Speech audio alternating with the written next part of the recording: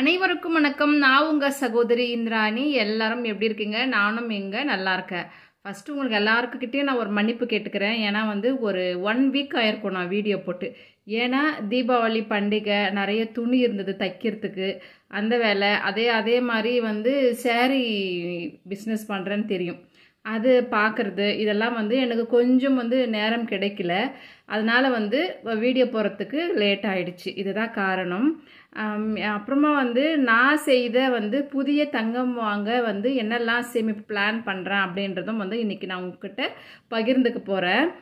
இப்போ நம்ம கஷ்டத்திற்கு சொந்தங்கள் உதவுமா அப்படின்றது எனக்கு ஒரு கேள்விக்குறி தான். ஏன்னா எனக்கு கஷ்டம் அப்படின்னு வர சொல்ல எனக்கு கை கொடுத்த சொந்தங்கள் சில பேர் மட்டும்தான். அதனால் என்கிட்ட இருந்த தங்கத்தை வச்சு தான் என் கஷ்டத்தை நான் நிறைய தீர்த்திருக்கேன். அப்போ ஆரம்பிச்சது தாங்க இந்த தங்கம் சேமிப்பு திட்டம் அப்படின்னு சொல்லிட்டு. ஏன்னா மாதத்திற்கு 1 கிராமாச்சும் வாங்கணுன்ற ஒரு வெறி அப்படின்னு சொல்லலாம். வருஷத்துக்கு ஏதாவது ஒரு தங்கம் வாங்கணுன்ற வெறி அப்படின்னு கூட சொல்லலாம். இதை நான் பண்ண பிறகு என்னுடைய கஷ்டத்துக்கு இப்போ பரவாயில்ல இருக்குல்ல, பார்த்துக்கலாம் அப்படின்ற மாதிரி ஒரு தைரியம் வந்தது இந்த கோல்டுனால அப்படின்னு சொல்லலாம். அதை நான் உங்களுக்கும் அது எப்படியெல்லாம் சேமிக்கலாம், நான் சேமித்த ஐடியா தான் உங்களுக்கும் சொல்லியிருக்கேன். இப்போ நமக்கு ஒரு சின்ன தொகை வேணும் அப்படின்னா கூட நம்மக்கிட்ட இருக்க தங்கத்தை வச்சு நம்ம ரெடி பண்ணிக்கலாம். ஆனால் நம்ம தேவைகளை பூர்த்தி செய்ய நம்மக்கிட்ட ஒரு 100 கிராம் அளவில் தங்கம் கண்டிப்பாக இருக்கணும். இதை பார்த்து நீங்கள் சேமிக்கணும். ஒரு 100 கிராம் தங்கம் இருந்துச்சு உங்கள் கையில் அப்படின்னா நமக்கு எது வந்தாலும் கொஞ்சம் தைரியமாக சமாளிக்க முடியும் அப்படின்ற ஒரு மனப்பக்குவம் உங்களுக்கு கிடைச்சிடும். அதனால் இதை நம்ம டார்கெட்டாக வச்சியும் செய்யலாம். இல்லை சிஸ்டர் என்கிட்ட ஏற்கனவே இருக்குது அப்படின்னா பெரிய பெரிய விஷயங்கள், நான் லேண்ட் வாங்கணும், வீடு கட்டணும் அப்படின்றவங்க ஒரு அதிகமான கிராம் தங்கம் சேமிக்க கண்டிப்பாக உங்களுடைய கோல் அப்படின்ட்டு ஃபிக்ஸ் பண்ணிக்கோங்க. பெண்களுக்கு கண்டிப்பாக ஆசை அப்படின்னு இருக்கும். ஒரு 20% ஆசைன்னு தாங்க சொல்லுவேன். ஆனால் ஒரு 80% நம்மளுக்கு கஷ்டத்திற்கு உதவுது அப்படின்றதா உண்மை. நினச்சி பாருங்க, உங்கள் வீட்டில் எல்லாருக்கும் பிரச்சனை அப்படின்னு இருக்கும். அப்போ இந்த தங்கம் தான் உதவிருக்கு அப்படின்னு சொல்கிறவங்க கமெண்ட் பண்ணி சொல்லுங்கள். ஒரு 20% தாங்க. ஆனால் எங்கள் வீட்டுக்காரர் சொல்லுவார், அப்பா இந்த பொம்பளைங்களுக்கு தங்கம்னாவே ஆசை தான், இது வேணும் அது வேணும் கேட்டுனே இருக்காங்க அப்படின்னு சொல்லுவாங்க. ஆனால் நம்ம ஃப்யூச்சர் அப்படின்னு வர சொல்ல இதுதான் நம்மளுக்கு சப்போர்ட் அப்படின்னு சொல்லி அவங்களுக்கு புரிய வச்சுட்டிங்கனாவே போதும். அவங்களே இந்த தங்கம் வாங்குறதுல இது பண்ணிப்பாங்க. இது எப்படியெல்லாம் செய்யலாம் அப்படின்னு பார்க்கலாம். ஃபஸ்ட்டு செலவுகளை குறைப்பது அப்படின்னு ஒன்று இருக்குது. இப்போ ஒரு 1000 ரூபாய் சம்பளம் வாங்குறவங்களும் சேமிக்க முடியும், 10,000 ரூபாய் சம்பளம் வாங்குறவங்களும் சேமிக்க முடியும். இது எப்படி பண்ணலான்னா நம்ம செலவை பொறுத்து தான் நம்ம சேமிப்பை தவிர சம்பளத்தை பொறுத்து சேமிப்பு கிடையாது. இதெல்லாம் நான் உங்களுக்கு எக்ஸாம்பிளாக இது முன்னாடி நிறைய சொல்லியிருக்கேன். அதனால் எவ்வளவு சம்பளம் இருந்தாலும் நீங்கள் எவ்வளோ % சேமிக்கிறீங்க அப்படின்றது தான் முக்கியம். இப்போ எல்லா பண்டிகைகளுக்கும் துணி எடுப்பது அப்படின்றது தவிர்த்துங்க. நான் செஞ்ச ஃபஸ்ட்டு டிப்ஸ் எது அப்படின்னா கோல்டு சேமிக்க. வர பண்டிகைக்கெல்லாம் ட்ரெஸ் எடுக்கணும், பர்த்டேக்கு குழந்தைங்களுக்கு எல்லாருக்கும் நம்மளுக்கு எல்லாம் கிராண்டாக செலிப்ரேட் பண்ணணும், இந்த மாதிரி நான் நினச்சதே கிடையாது.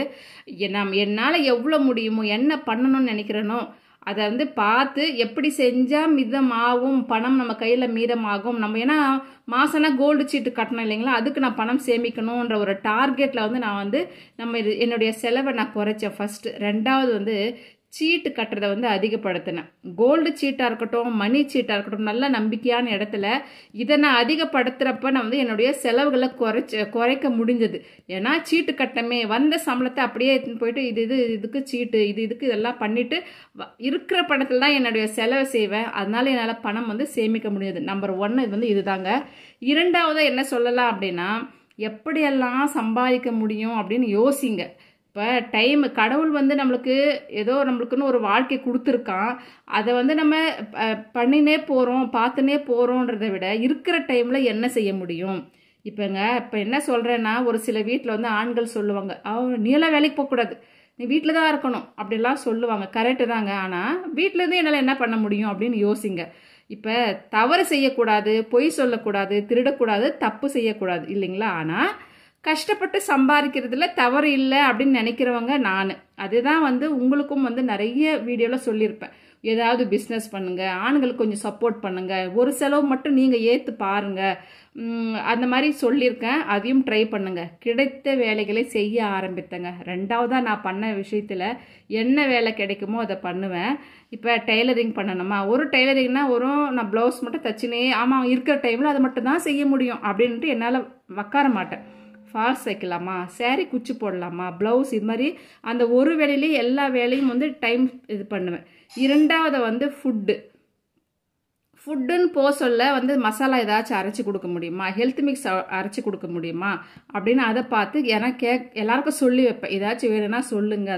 மூணாவதாக வந்து சேரீ செல்லிங், இது புடவை விற்கிறது, இந்த மாதிரி வந்து பண்ணியிருப்பேன். ஒரு 10 ரூபா வந்தாலும் சம்பாதிந்தான். நான் வந்து 200 ரூபா 250 ரூபா புடவை வாங்கி 260 ரூபாய்க்கும் விற்றுருக்கேன். ஏன்னா ஏதோ 10 ரூபா வரணும். அவங்களுக்கு தெரியும் இதனுடைய புடவை ரேட் இவ்வளோதான் அப்படின்னு தெரியும் அவங்களுக்கு. இந்த சேரீ விற்கிறத பற்றி நான் தனியாக ஒரு நாளைக்கு வீடியோ போடுறேன். எப்படி வாங்கலாம், என்ன மாதிரி லாபம் வச்சு விற்கணும். இப்போ வாங்குறவங்களுக்கு தெரியும். என்னன்னாக்கா கடையில் வாங்குகிற குவாலிட்டி, ஆனால் அதை விட ரேட்டு கம்மியாக நம்ம கொடுக்குறோம் அப்படின்னு சொல்ல ஏன் வாங்க மாட்டாங்க. இதை பற்றியும் நான் ஒரு நாள் வீடியோ போடுறேன். அதுக்கப்புறம் இதில் வந்து நம்ம வந்து இது மாதிரி பிஸ்னஸ் நம்ம செய்யணும் அப்படின்னா நமக்கு வந்து இந்த ஃபோனு, டிவி இதை வந்து தூரம் வச்சாலே வந்து நம்ம நேரம் வந்து வீணடிக்காமல் இருக்க முடியும். அதை நம்ம உழைக்க முடியும். மாதம் ஒரு 5000 ரூபாய் சீட்டு என்னால் கட்ட முடியுமா அப்படின்னு யோசனை பண்ணுங்கள். அவ்வளோக்கு நம்ம சம்பாதிக்க முடியுமான்னு யோசனை பண்ணுங்கள். இல்லை 5000 ரூபாய்க்குள்ளே 2000 என்னால் சம்பாதிக்க முடியுமான்னு பண்ணி சீட்டு, கோல்டு சீட்டு வந்து ஃபஸ்ட்டு இப்படி தான் நாங்கள் கட்டி ஆரம்பித்தோம். இதை தான் வந்து உங்களுக்கு நான் எல்லா வீடியோவிலும் சொல்லியிருக்கேன். ட்ரை பண்ணுங்கள். வந்து சும்மா இருக்காமல், நேரத்தை வீணடிக்காமல் நம்மளால் என்ன முடியும், நம்மளாலும் சாதிக்க முடியும். பெண்கள் வந்து இப்போ எல்லாருமே வந்து சம்பாதிக்கிறாங்க. ட்ரை பண்ணி பாருங்கள், உங்களாலும் கண்டிப்பாக முடியும். இந்த வீடியோ பிடிச்சிருக்குன்றவங்க லைக் பண்ணி சப்ஸ்கிரைப் பண்ணி வச்சுக்கோங்க. நிறைய வீடியோ உங்களுக்காக காத்திருக்கு. இன்னொரு நாள் பார்க்கலாம்.